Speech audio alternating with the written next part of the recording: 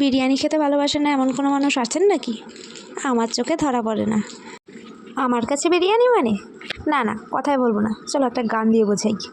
বিরিয়ানি অন্যরকম ভালোবাসা, বিরিয়ানি মানেই আমার চোখে নেশা, চাই না তো কিছু আমি বিরিয়ানি হলে আর, yes brother I am a biryani লাভার।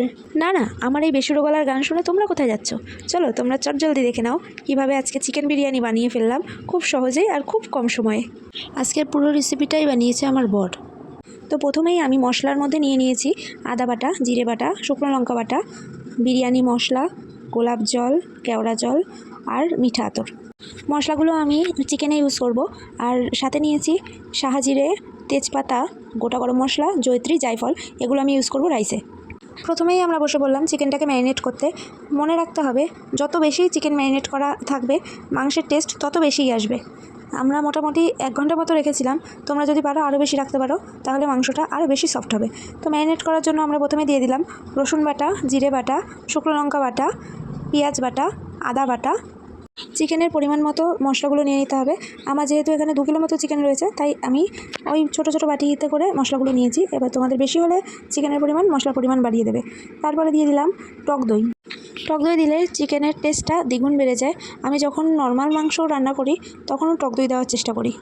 তারপর একে একে দিয়ে দিলাম গোলাপ জল, কেওড়া জল, মিঠা আতর আর বিরিয়ানি মশলা। তোমাদের মনে প্রশ্ন আসতে পারে এগুলো তো বিরিয়ানিতে দেয়, এগুলো কেন আমি মাংসতে দিচ্ছি? আমার কাছে এগুলো দিলে মাংসের টেস্টটা আর গন্ধটা খুব সুন্দর আসে, বিরিয়ানি একটা ফ্লেভার চলে আসে, তাই আমি চিকেনটা যখন রেডি করি এটা দেওয়ার চেষ্টা করি। তোমরা চাইলে অ্যাভয়েড করতে পারো। তারপরে দিয়ে দিলাম পরিমাণ মতো লবণ, দিলাম হলুদ গুঁড়ো আর সাথে দিয়ে দিলাম একটু সাদা তেল। এরপর সুন্দর করে চিকেনটাকে ম্যারিনেট করে ঢাকা দিয়ে রেখে দেবো মোটামুটি 1 ঘন্টা মতো। অন্যদিকে রাইসটাকে রেডি করার জন্য বসিয়ে দিয়েছিলাম গরম জল। জলটা কিছুটা গরম হয়ে গেলেই দিয়ে দিলাম 4টে তেজপাতা, শাহজিরে, গোলাপের পাপড়ি, জয়িত্রী, জায়ফল আর গোটা গরম মশলা। জল কিছুটা ফুটে উঠলেই দিয়ে দিলাম আগে থেকে ভিজিয়ে রাখা রাইস। রাইসটাকে একদিকে বসিয়ে অন্যদিকে বসিয়ে দিলাম কেটে রাখা পেঁয়াজগুলো বেরেস্তা করতে, আর অন্য গ্যাসে বসিয়ে দিলাম আলু সেদ্ধ করতে। রাইসটা মোটামুটি 70% হয়ে গেলেই ফ্যান ঝেড়ে আমি একটা বড় পাত্রে ঢেলে নিলাম, আর অন্যদিকে বসিয়ে দিলাম ম্যারিনেট করা চিকেনটাকে। যেভাবে মোটামুটি আমরা চিকেন রান্না করি সেভাবেই নর্মালি চিকেনটা রান্না করে নেব। চিকেনটা কমপ্লিট হয়ে গেলেই চলে যাব বিরিয়ানির মেন পার্টে, লেয়ারিং পার্টে।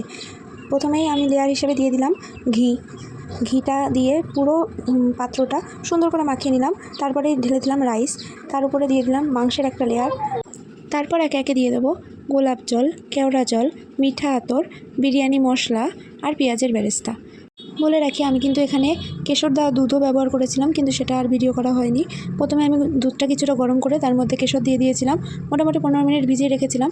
তারপর বিরিয়ানির পুরো লেয়ারটা কমপ্লিট হওয়ার পর তার উপরেই একটু কেশর দেওয়া দুধ ছড়িয়ে দিয়েছিলাম। তার উপরে দিয়ে দিলাম ঘি আর আলু। একটা লেয়ার কমপ্লিট হওয়ার পর সেম প্রসেসে আবার আমি দিয়ে দিলাম রাইস, তার উপরে দিয়ে দিলাম মাংস, তার উপরে এক এক করে সমস্ত মশলাগুলো দিয়ে দিলাম। তো চলো লেয়ারিং কমপ্লিট হতে হতে গানটা কমপ্লিট করে নিই। দিন রাত মন শুধু বিরিয়ানি খেতে চায়, হোক না তেল চর্বি তাতে কি এসে চায়। এর পরের লাইনটা নয় তোমরাই বলো।